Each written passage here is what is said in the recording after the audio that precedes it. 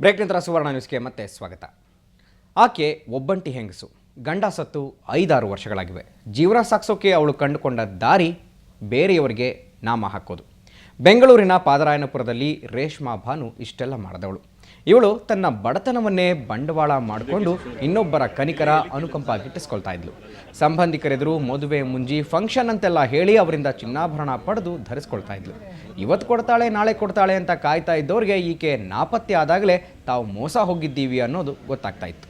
ಈಕೆ ಅದೆಷ್ಟು ಜನರಿಗೆ ವಂಚನೆ ಮಾಡಿದಾಳೋ ಗೊತ್ತಿಲ್ಲ. ಜೆ ನಗರ ಪೊಲೀಸರು ಚೆನ್ನೈನಲ್ಲಿ ಈಕೆಯನ್ನು ಬಂಧಿಸಿದ್ದಾರೆ. ಬರೋಬ್ಬರಿ 1 kg 300 ಗ್ರಾಂ ತೂಕದ ಸುಮಾರು 30 ಲಕ್ಷಕ್ಕೂ ಹೆಚ್ಚು ಮೌಲ್ಯದ ಚಿನ್ನಾಭರಣಗಳನ್ನು ವಶಪಡಿಸಿಕೊಂಡಿದ್ದಾರೆ.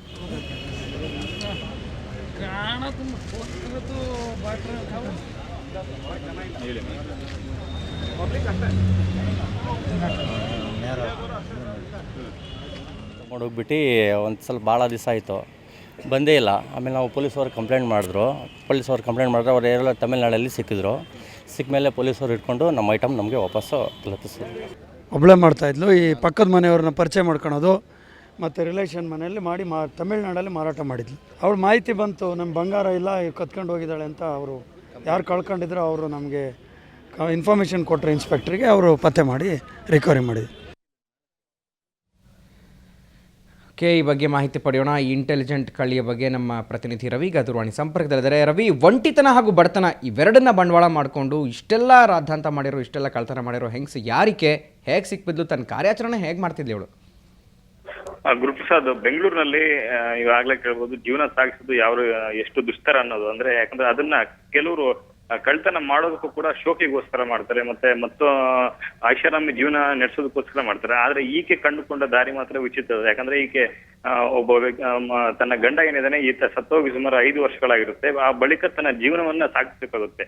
ಯಾಕಂದ್ರೆ ಆ ಕಾರಣಕ್ಕೋಸ್ಕರ ಈಕೆ ತನ್ನ ಪ್ರಿಯಕರ ಮತ್ತೊಬ್ಬ ಇದ್ದಾನೆ, ಆತನ ಜೊತೆ ಸೇರ್ಕೊಂಡು ಈ ಒಂದು ಪ್ಲಾನ್ ಮಾಡ್ತಾರೆ. ಯಾಕಂದ್ರೆ ಇಬ್ರು ಮತ್ತೊಂದು ಮದುವೆ ಆಗಬೇಕು ಅನ್ನೋ ಒಂದು ಪ್ಲಾನ್ ಕೂಡ ಮಾಡಿರ್ತಾರೆ. ಹೇಗಾದ್ರೂ ಮಾಡಿ ಲೈಫ್ ಸೆಟ್ಲ್, ಒಂದು ಜೀವನ ಸೆಟ್ ಮಾಡ್ಕೋಬೇಕು ಅನ್ನೋ ಒಂದು ಉದ್ದೇಶದಿಂದ ಈಕೆ ಈ ಒಂದು ಕೃತ್ಯ ಕೇಳಿತಾರೆ. ನಿಜಕ್ಕೂ ಕೂಡ ಇಲ್ಲಿ ಸಾಕಷ್ಟು ಒಂದು ವಿಷಯಗಳು ಇಲ್ಲಿ ತಿಳಿದು ಬರೋ ಅಂಶ ಅಂದ್ರೆ ಏನಂದ್ರೆ, ಈಕೆ ಪಾದರಾಯನಪುರ ಇದು ಜೆ ನಗರ ಪೊಲೀಸ್ ಠಾಣೆ ವ್ಯಾಪ್ತಿಯಲ್ಲಿ ಬರುತ್ತೆ. ರೇಷ್ಮಾ ಭವನ ಅಂತ. ಈಕೆ ಇಲ್ಲಿ ವಾಸ ಮಾಡ್ತಿದ್ದಾಳೆ.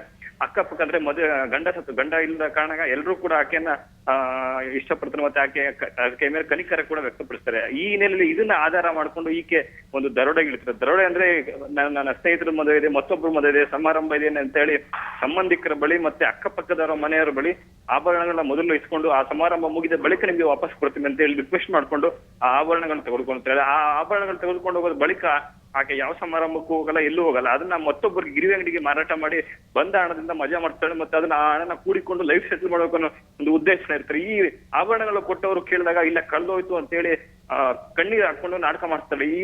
ಈ ಮೊದಲೇ ಒಬ್ಬಂಟಿ ಹೆಂಗಸಾಗಿರ್ಕೊಂಡ್ಕೋಸ್ಕರ ಅವರು ಕೂಡ ಯಾರೇ ಹೆಚ್ಚು ಒತ್ತಡ ಕೂಡ ಹಾಕಕ್ ಹೋಗಲ್ಲ. ಆ ಕಾರಣಕ್ಕೋಸ್ಕರ ಆದ್ರೆ ಇದೇ ರೀತಿ ಸುಮಾರು 4-5 ಪ್ರಕರಣಗಳಲ್ಲಿ ಆಗಿರುತ್ತೆ. ಆದ್ರೆ ಕೆಲವರು ಇದ್ರ ಬಗ್ಗೆ ದೂರನ್ನು ಕೂಡ ಕೊಡ್ತಾರೆ. ಯಾಕಂದ್ರೆ ಈ ಏನ್ ಆಕೆ ಹೇಳಿದ್ರು ಯಾರು ಕಳ್ದೋಯ್ತು ಅಂತ ಆ ಒಂದು ಆಧಾರದ ಮೇಲೆ ತನಿಖೆ ಮಾಡಿ ಅಂತ ಹೇಳಿ ಕೆಲವರು ಪೊಲೀಸ್ ಕೂಡ ದೂರನ್ನು ನೀಡ್ತಾರೆ. ಆ ಬಳಿಕ ಪೊಲೀಸರು ಕೇವಲ ಮೊದಲನೇದಾಗಿ ಈಕೆನ ವಿಚಾರಣೆ ಮಾಡಿದಾಗ ಗೊತ್ತಾಗಿದೆ ಅಂದ್ರೆ ಈಕೆನೆ ಆ ಕಳ್ತನಗಳು ಮಾಡಿದ್ದು ಅಂತ. ಈಗಾಗಲೇ ಪೊಲೀಸ್ ಸುಮಾರು 1 ಲಕ್ಷ ಸುಮಾರು 1 kg 300 ಗ್ರಾಮ್ ಅಷ್ಟು ಈಗಾಗಲೇ ರಿಕವರಿ ಮಾಡ್ಕೊಂಡಿದ್ದಾರೆ. ಗುರುಪ್ರಸಾದ್, ರವಿ, ಜನ ಅಷ್ಟು ಬೇಗ ಈಕೆನ ನಂಬ್ತಾ ಇದ್ರ? ನಂಬಿ ಒಡವೆಗಳನ್ನೆಲ್ಲ ಕೊಡುವಂತ ಅವಶ್ಯಕತೆ ಏನಿರ್ತಾ ಇತ್ತು? ಅಥವಾ ಈಕೆ ಜೊತೆ ಇನ್ಯಾರಾದ್ರೂ ಬೇರೆಯವರು ಒಂದು ಗುಂಪೇನಾದ್ರೂ ಅಥವಾ ಚಟುವಟಿಕೆ ನಡೆಸ್ತಾ ಇದೆಯಾ? ಹೇಗೆ ಮಾಹಿತಿ ಇದ್ದಾರೆ ರವಿ? ಸದ್ಯದ ಮಾಹಿತಿ ಪ್ರಕಾರ ಏನಂದ್ರೆ, ಈ ಕೇವಲ ರೇಷ್ಮಾ ಭಾನು ಇದ್ರೆ ಈಕೆ ಒಬ್ಬನ ಮಾತ್ರ ಅರೆಸ್ಟ್ ಮಾಡ್ತಂದ್ರೆ, ಈಕೆ ಮದುವೆ ಸಮಾರಂಭಕ್ಕೋಸ್ಕರ ಹಣ ಮತ್ತೆ ಒಡವೆಗಳನ್ನ ಈಕೆ ಇಸ್ಕೊಂಡು ಹೋಗಿರೋ ಕಾರಣಕ್ಕೋಸ್ಕರ ಕೇವಲ ಈಕೆಯ ಮೇಲೆ ಮಾತ್ರ ಒಂದು ಗುಮಾನಿ ಬಂದಿದೆ. ಆ ಕಾರಣಕ್ಕೋಸ್ಕರ ಕೇವಲ ಈಕೆಯನ್ನ ಮಾತ್ರ ಬಂಧಿಸಿ ಅರೆಸ್ಟ್ ಮಾಡಿ ಈಗಾಗಲೇ ವಿಚಾರಣೆ ನಡೆಸ್ತಾರೆ. ಅಂದ್ರೆ ಈಕೆ ವಿಚಾರಣೆ ವೇಳೆ ಕೂಡ ಒಂದು ವಿಷಯವನ್ನ ಭಯಪಟ್ಟಿದೆ. ಅಂದ್ರೆ ತನ್ನ ಗಂಡ ಇದ್ರೆ ಸುಮಾರು 5 ವರ್ಷಗಳಿಂದ ಈತ ಸತ್ತೋಗಿದ್ದಾನೆ. ಆ ಬಳಿಕ ತನ್ನ ಜೀವನ ಏನಾದ್ರೂ ಮಾಡಿ ಸೆಟ್ಲ್ ಮಾಡೋದು ಅಂತ ಮತ್ತೊಬ್ಬ ಪ್ರಿಯಕರನ್ನ ಈತ ವಹಿಸ್ಕೊಂತಾಳೆ. ಇವರಿಬ್ರು ಕೂಡ ಏನಾದ್ರು ಮಾಡಿ ಒಂದು ಜೀವನ ಸೆಟ್ಲ್ ಮಾಡ್ಬೇಕು ಅಂತೇಳಿ ಆತನೇ ಈ ಒಂದು ಐಡಿಯಾ ಕೂಡ ಕೊಟ್ಟ ಅನ್ನೋ ಒಂದು ವಿಚಾರಣೆ ಕೂಡ ಈಗಾಗಲೇ ಬಾಯಿ ಬಿಟ್ಟಿದ್ದಾರೆ. ಗುರುಪ್ರಸಾದ್, ಓಕೆ, ಮೋಸ ಹೋದವ್ರು ಯಾರಾದ್ರೂ ನಮ್ಮ ಮಾಲು ಅಂತ ಹೇಳಿ ಬಂದಿದ್ದಾರ ಪೊಲೀಸ್ ಅವ್ರ ಬಳಿಗೆ ವಶಪಡಿಸ್ಕೊಳ್ಳೋದಕ್ಕೆ? ಮತ್ತೆ ಇವಳು ಕಾರ್ಯಾಚರಣೆ ಹೇಗೆ ಮಾಡ್ತಾ ಇದ್ಲು? ಚೆನ್ನೈನಲ್ಲಿ ಹೋಗಿ ಹೇಗೆ ಮಾಡ್ತಾ ಇದ್ಲು ಅಂತ?